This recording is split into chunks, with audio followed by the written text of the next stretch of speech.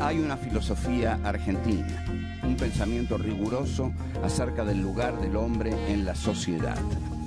Obras literarias como El Facundo, El Martín Fierro, El Matadero. Texto axial, fundamental, el plan revolucionario de operaciones de Mariano Moreno, Los muertos en Plaza de Mayo.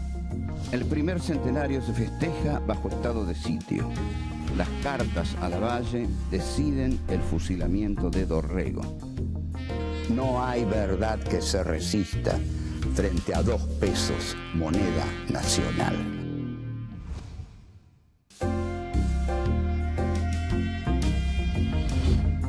Encuentro 12.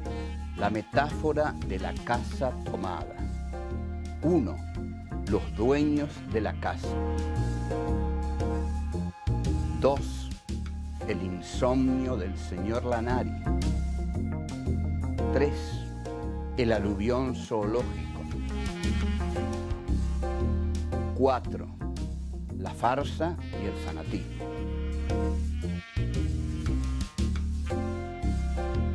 Casa tomada, cuento de Julio Cortázar. Cuenta la historia de 2 hermanos que viven en una mansión antigua y el momento en que unas presencias extrañas los obligan a abandonar paulatinamente diferentes espacios de la casa hasta llegar a dejarla por completo. Este texto es editado primero por Jorge Luis Borges en la revista Anales de Buenos Aires en 1946. 5 años después se publica en Bestiario, el primer libro de cuentos de Cortázar. La metáfora de la casa tomada cobra su sentido a partir del contexto político en que el cuento aparece. El triunfo electoral de Juan Domingo Perón en 1946 y la creciente participación de las masas obreras y populares en la vida política del país. Considerado uno de los autores más destacados de la literatura universal, Julio Cortázar nace en Bruselas en 1914. 4 años más tarde, su familia regresa a la Argentina para instalarse en Banfield. Cortázar se desempeña a lo largo de su vida como escritor de ficción y traductor. Su actividad permanece siempre ligada al compromiso social y a la renovación de la literatura latinoamericana. Su novela Rayuela, con la que alcanza el reconocimiento internacional, se publica en 1963 y constituye un hito de la literatura en español. Cortázar muere en Francia en febrero de 1984 a causa de leucemia y es enterrado en la misma tumba que su esposa, Carol Dunlop.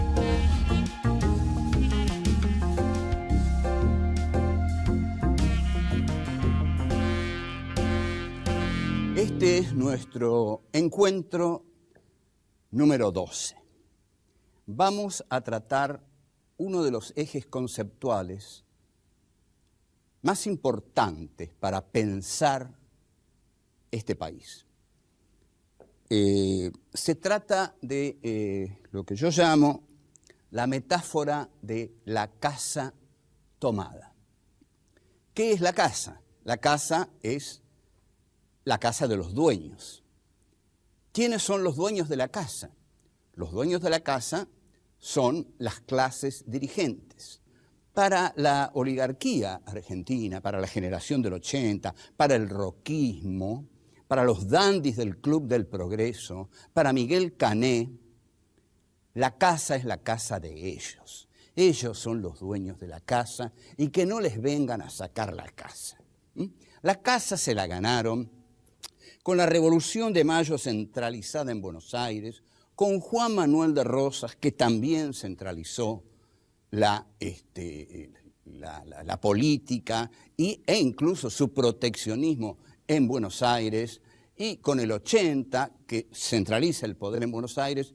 Esa es la casa que la oligarquía hace y que vimos festejar el centenario.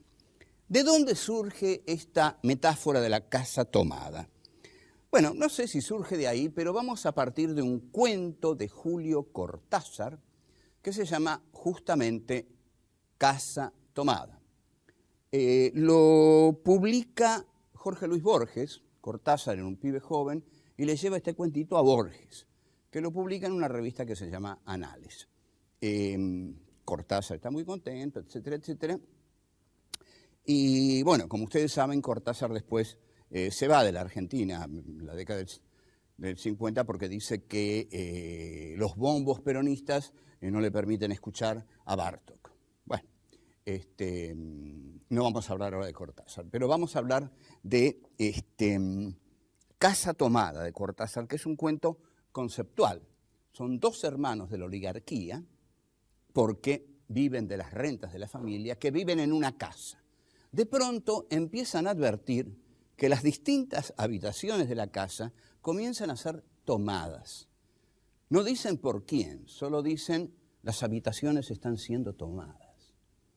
Y ellos se van trasladando a otras habitaciones, porque las que van dejando son las que han sido tomadas. Entonces dicen, bueno, vamos a tener que vivir de este lado de la casa, porque el otro lado de la casa fue tomado. Cortázar no explicita quién toma la casa, solo explicita que estos dos hermanos, que son dos hermanos de estirpe oligárquica, y que también insinúa que hay ahí una relación incestuosa, tienen que ir abandonando cada vez más la casa, en la cual dejan cosas. Tienen que dejar cosas que quieren, que hubieran querido retener con ellos, libros de literatura francesa, con lo cual Cortázar da el toque esencial para caracterizar a estos dos hermanos. La angustia que les produce que la casa sea cada vez menos de ellos, les impide pensar. Les impide pensar porque en realidad tienen cada vez más miedo, y cuando se tiene miedo no se piensa. Entonces comienzan cada vez más a retirarse, hasta que por fin abandonan la casa, y la frase final es así porque no podíamos quedarnos en la casa porque estaba totalmente tomada. Bueno, ¿cuál es la conclusión? ¿Cuál es la metáfora de esto?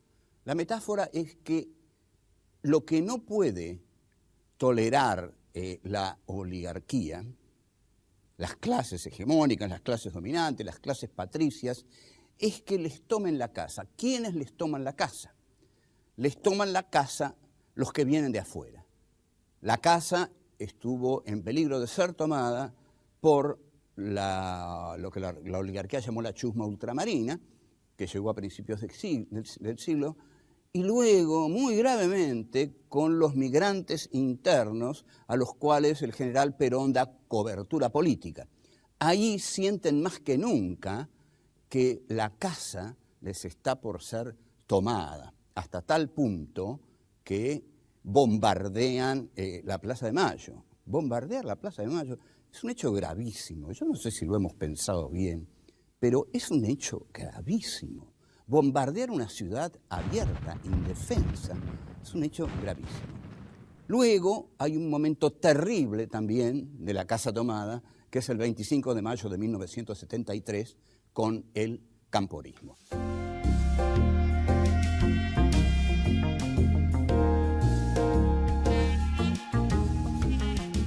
Hay una relectura del cuento de Cortázar que hace Germán Rosenmacher en 1962 en un libro muy exitoso que se llamó Cabecita Negra. El cuento trata acerca de un señor, Lanari, de alta clase media, que ha luchado mucho en la vida, ha hecho dinero, tiene un hermoso departamento, y es verano, hace calor, y mandó a su familia a veranear en Mar del Plata. Él está solo en su casa, toma un whisky, hace calor, las ventanas están abiertas, no puede dormir porque ese es un problema para él. Ahí nos señala Rosenmacher que un poquito hacer dinero trae ciertos problemas y ciertas neurosis, y que los ricos no son tan felices. Pero de todos modos, el señor Lanari disfruta de su casa porque su casa es su refugio. Su casa es su casa. Esto es lo fundamental de la metáfora de la casa tomada. La casa de la burguesía es la casa de la burguesía, y que nadie se la venga a quitar. La casa de los patricios es la de los patricios, y la casa de los patricios es el país. Y que ese país nadie se lo venga a quitar. Bueno, entonces, el señor Lanari escucha que una mujer grita en la noche, un poco absurdamente, pero también tengamos en cuenta que no eran los tiempos actuales, sino que era la década del 60, el señor Lanari sale a la calle, quizá comete un error o quizá es una posibilidad de la época. Se acerca, hay una mujer tirada en el suelo y el señor Lanari la desprecia, digamos.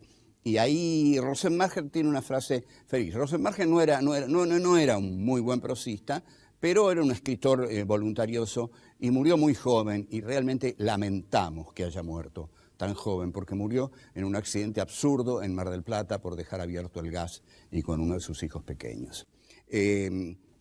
Y Rosemacher dice que el señor Lanari mira a esa negrita con un lento desprecio, ¿no? La despreció lentamente, dice. Bueno, entonces la está mirando a ver si la ayuda y aparece un policía. Y el policía le dice, bueno, ¿qué hace usted aquí con esta mujer? Queda arrestado. Dice, un momento, le dice, caramba, un momento, señor. Lo que pasa es que, bueno, esta mujer estaba acá tirada, usted sabe cómo son estos negros, se pasan la vida en curda, y yo, en fin, salí a ayudarla porque gritaba, borracha, no dejan dormir a la gente de bien, entonces, mírela, mire lo que es una pobre negra.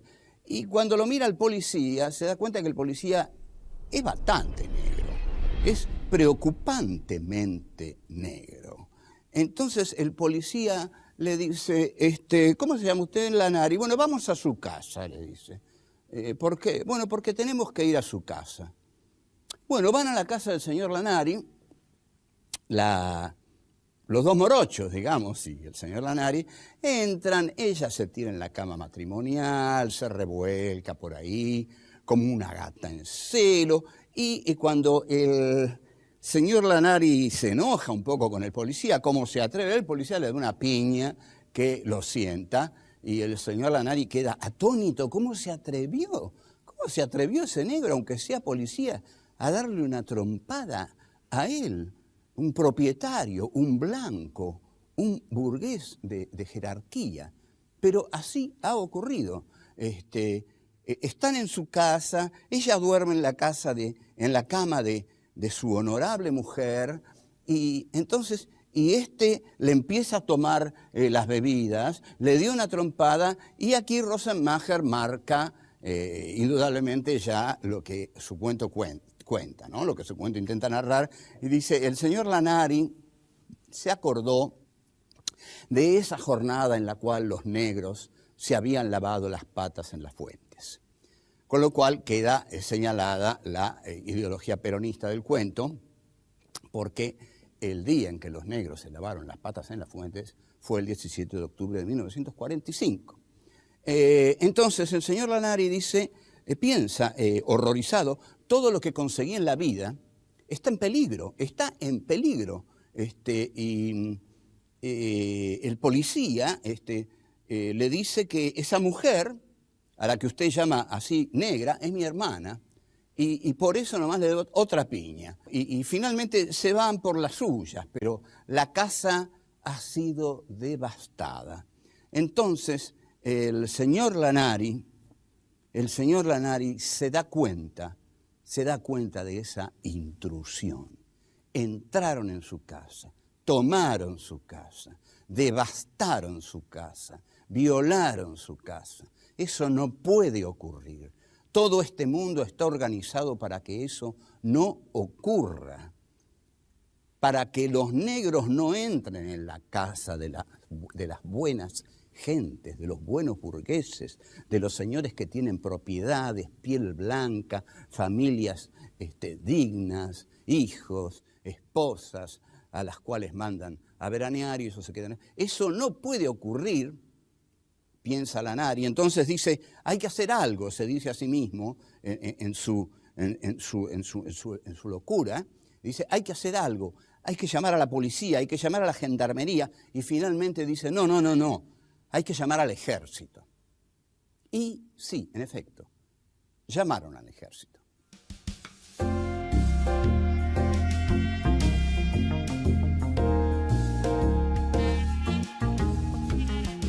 Esta invasión, que implica entrar en las casas en las que no se debe entrar porque tienen propietarios, es lo que un opositor al primer peronismo llamó el aluvión zoológico. ¿Qué era el aluvión zoológico? El aluvión zoológico eran los migrantes internos que venían del interior y que tenían en la piel la injuria para la oligarquía. Es decir, tenían la piel oscura. Eran los negros, con lo cual es muy interesante ver que si hubo una clase racista en los años 40 fue la oligarquía, y que si uno piensa que la base esencial del nazismo, y les aseguro que sé mucho de esto, es el racismo, los nazis entonces estuvieron del lado oligárquico, porque Perón no fue racista nunca, al contrario, les dio cobertura política a esos negros. Bueno, pero esto es una cosa lateral para que ustedes la piensen, ¿no? Que las cosas no son tal como se dicen.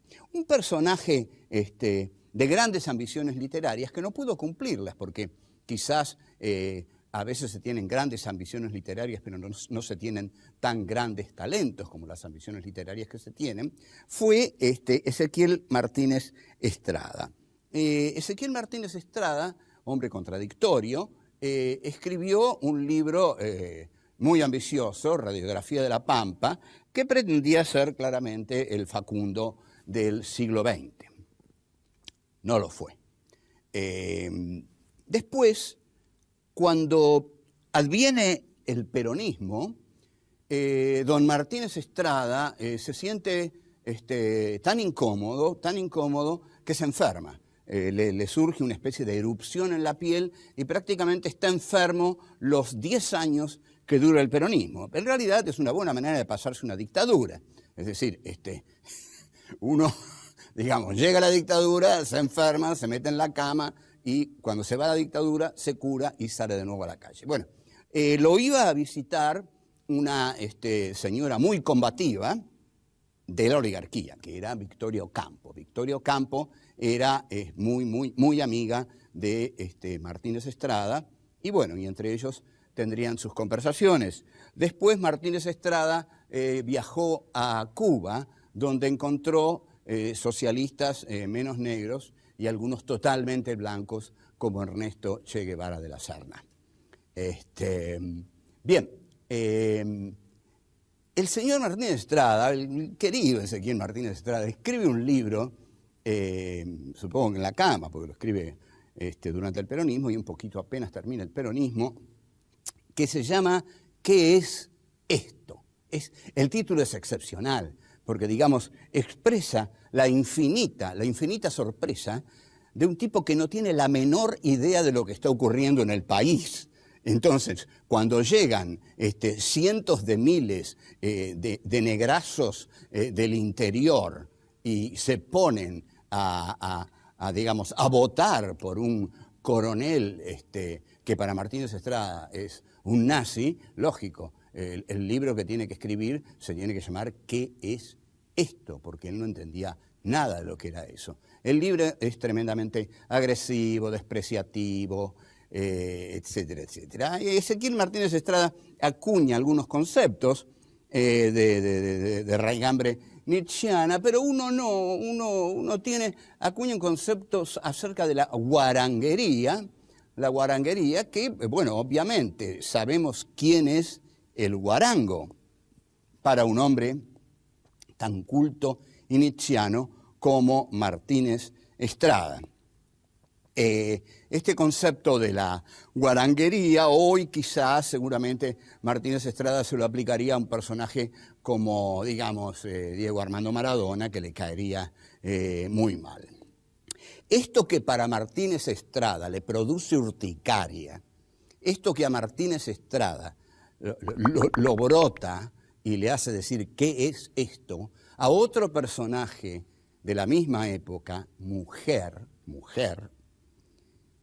la lleva en su último mes de existencia a escribir un texto jacobino, desolador, dramático, mortal, porque se muere, son las últimas palabras, y es la mujer que más amó a esos que Martínez Estrada tanto odió. Esa mujer que amó a los migrantes, al aluvión zoológico, a los negritos que venían del interior, a los peronchos, a los cabecitas negras, fue Eva Perón.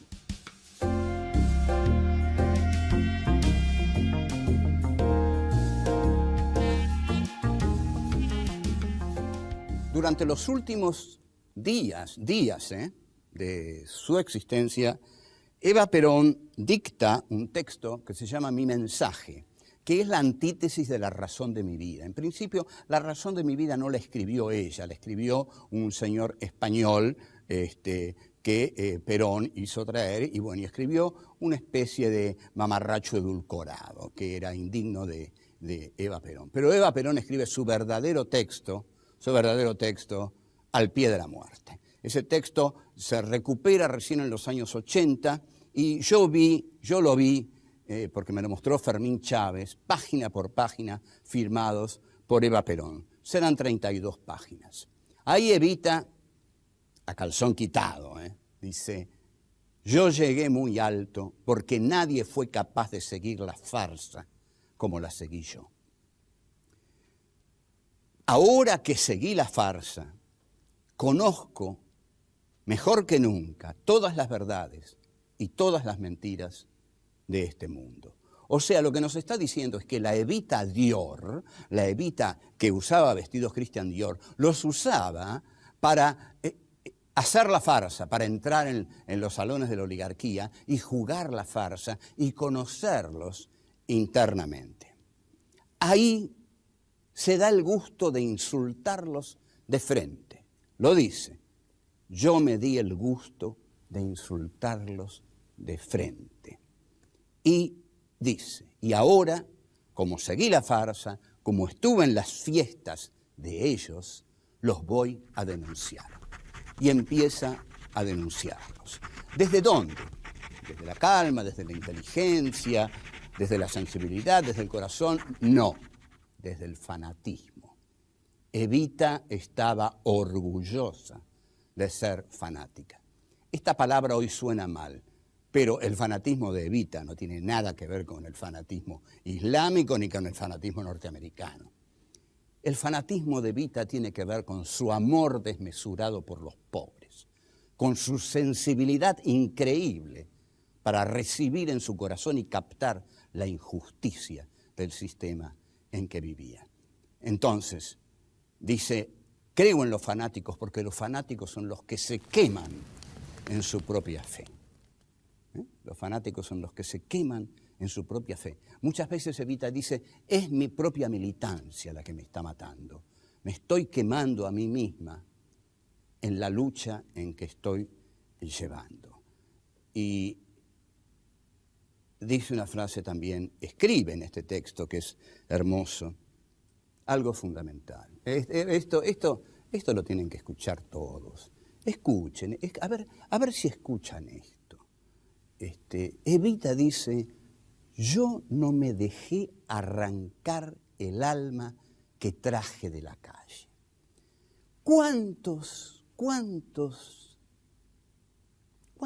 malos tipos y malas minas que llegan a las alturas del poder, dejan de lado el alma que traían de la calle? No, para eso treparon, para olvidarse del alma que traían de la calle. Bueno, ella dice que no, que su mayor virtud es que jamás se dejó arrancar el alma que traía de la calle. Y con el alma que traía de la calle, que la identifica con las víctimas y con los perdedores, porque para Evita la historia humana es la historia de la defensa de las víctimas y de los perdedores, y eso lo hace con el alma que trajo de la calle, empieza a reprocharle a las jerarquías eclesiásticas y militares todas las atrocidades de la patria. Y dice frases como: los militares son carne de la oligarquía. Evita le pedía a Perón que lo fusilara a Menéndez en 1951 y Perón no lo hizo, en tanto Aramburu y Rojas fusilaron a Juan José Valle en 1956. En cuanto a los curas, no los quiere para nada.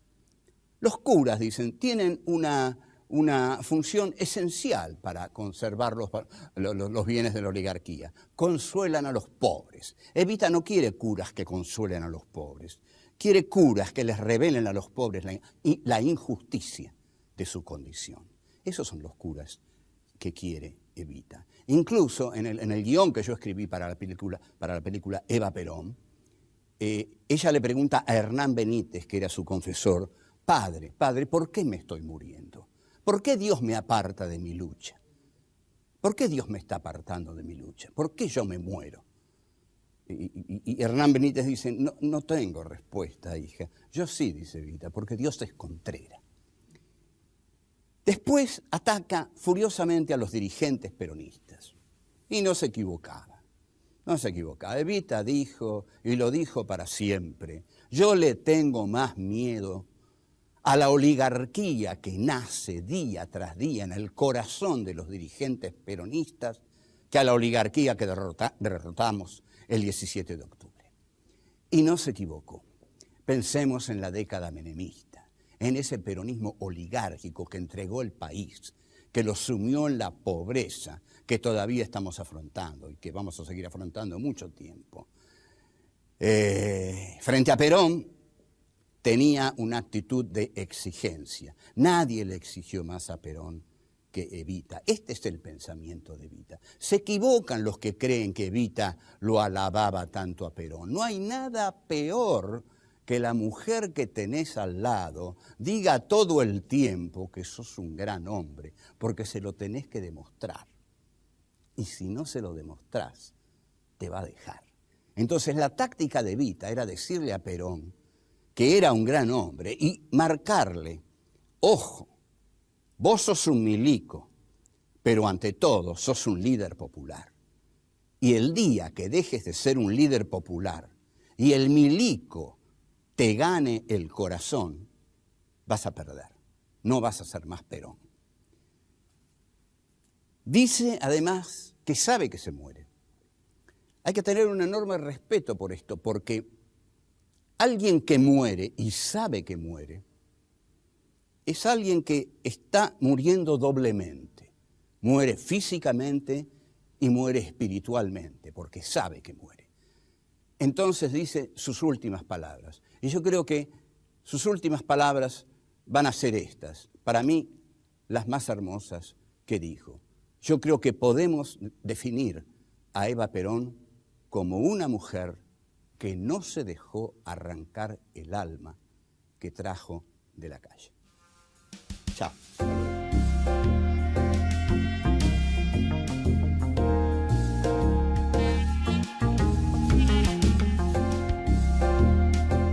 La casa de la burguesía es la casa de la burguesía y que nadie se la venga a quitar.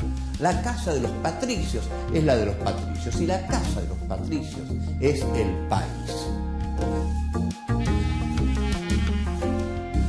Yo creo que podemos definir a Eva Perón como una mujer que no se dejó arrancar el alma que trajo de la calle. Hay que hacer algo, hay que llamar a la policía, hay que llamar a la gendarmería y finalmente dice, no, hay que llamar al ejército. Y sí, en efecto, llamaron al ejército.